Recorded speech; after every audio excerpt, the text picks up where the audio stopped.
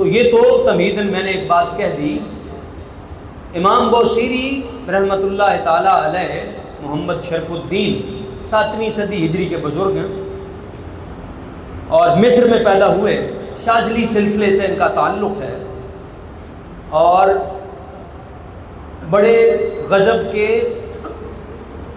شعر گو تھے، فن شعر میں بڑی قدرت رکھتے تھے۔ تو یہ جو قصیدہ بردہ ہے میں آپ کے 2-4 منٹ لوں گا۔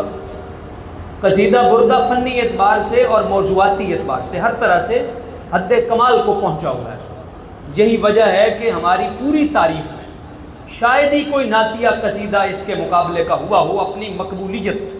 ایسے ہی ہے، مطلب عرب و عجم میں یہ لوگوں کی زبانوں پر ہے، بچے بچے کی زبان پر، عرب و عجم میں سب لوگ پڑھتے ہیں مولا یا صلی وسلم دائما ابدا، ہر کوئی پڑھتا ہے۔ تو یہ مقبولیت کی انتہا ہے اور رسول اللہ کی جناب میں قبولیت کی۔ لیکن دو چیزیں ہیں کہ فنی اعتبار سے اور موضوعاتی اعتبار سے۔ تو فنی اعتبار سے عرض یہ ہے کہ اس میں بے مثل کارنامے ہیں۔ یہ آپ نے دیکھا ہے کہ الکرم نعت کونسل کے دوستوں نے اس کی ہر فصل کو الگ سر میں، الگ انداز میں، لے میں پڑھا ہے۔ تو آپ کا کیا خیال ہے کہ جس آدمی نے یہ قصیدہ لکھا ہے اس نے اس کی نظم میں کیسا کیسا جادو کر دیا ہے؟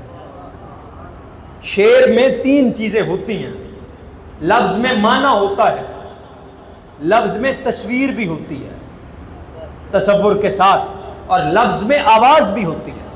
بڑا شاعر وہ ہوتا ہے جو لفظ کی آواز کو اس کے معنی اور تصویر کی طرح حتمی مرتبے پہ پہنچا کے استعمال کر دے، یعنی لفظ میں آواز بننے کی جتنی قوت ہے وہ اسے صرف کر دے اور سارے امکانات وہ اس میں کھپا دے۔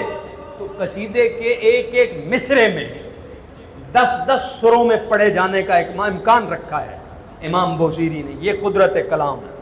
پھر اس میں ایک شعر آتا ہے جہاں وہ ایران کے آتش کدوں کے بجھنے کی بات کر رہے ہیں، تو اس میں ایک شعر ہے کأن بالنار ما بالماء من بلل، یہ صنعت تقلیب ہے، یعنی گویا آپ کہہ سکتے ہیں کہ آگ کو پانی بنا دیا ہے، پانی کو آگ کر دیا ہے۔ یہ قدرت کلام ہے۔ فردوسی کا ایک شعر ہے کہ محمود غزنوی کا لشکر جب نکلا، نہیں پرانے ایرانی بادشاہوں میں سے کسی بادشاہ کا لشکر جب نکلا تو وہ کہتا ہے زسم ستوران در کو ہدش زمین شش شدو آسماں ہشت گشت۔ اس کے گھوڑوں لشکر اتنا بڑا تھا کہ اس کے لشکر کے گھوڑوں کے سم جب پڑے میدان میں زمین پر تو زمینیں 7 تھیں، گٹ کے 6 رہ گئی، آسمان 7 تھے بڑھ کے 8 ہو گئے۔ یہ قدرت کلام ہے۔ بوصیری کی قدرت کلام اس درجے کی ہے، یعنی معمولی شاعر نہیں ہے یہ۔ آپ دیکھیں پانی کو آگ کر دیا ہے اور آگ کو پانی بنا دیا، یہ قدرت کلام ہے۔ اس کے علاوہ اس کی صنعتیں دیکھیں، اس کے موازنے دیکھیں، پھر جو ربط قائم کیا ہے کہ تشبیہ کہی ہے اور پھر آگے رسول اللہ کے معجزات کو بالعموم اور خاص کر کے معراج اور جہاد کو، معراج اور جہاد یہ دونوں رسول اللہ کے اختصاصات ہیں۔ رسول اللہ جیسی معراج سابقہ انبیاء میں سے کسی کو نہیں۔ معراج ہر نبی کے لیے ثابت ہے درجہ بدرجہ۔ نبی کا علم حق الیقین ہے، صرف عین الیقین نہیں، کیونکہ نبی نے غیب کی طرف دعوت دینی ہے۔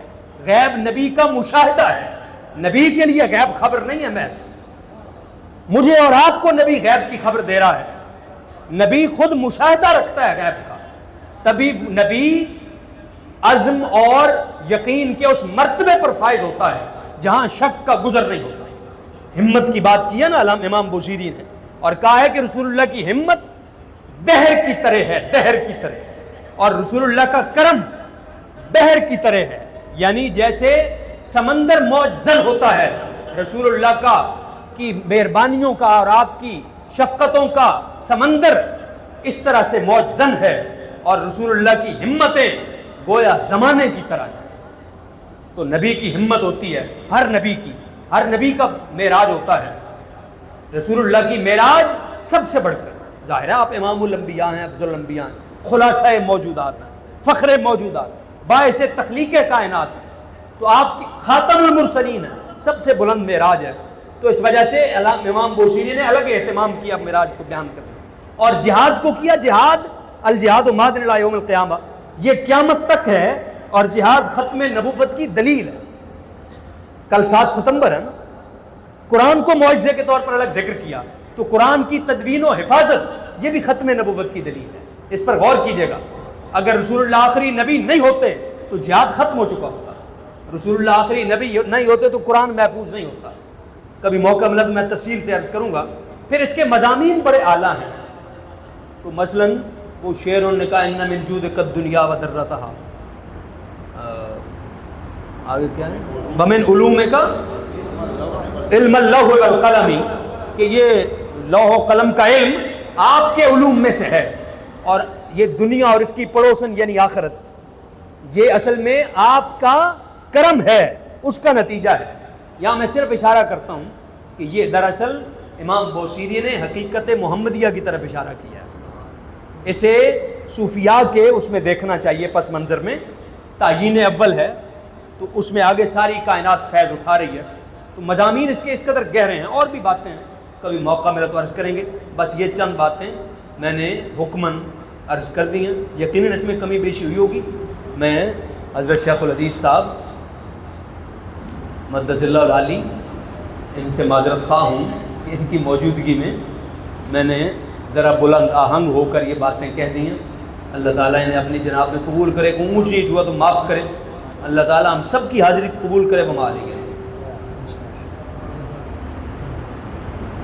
اللہ کے محترم، اب شاہ جی کی مضامین کلمات سے پہلے مولانا سعید صاحب سے گزارش کریں گے کہ وہ تشکر کے کچھ کلمات جو ہے وہ ارشاد۔ یہاں بہت معذرت۔ اللہ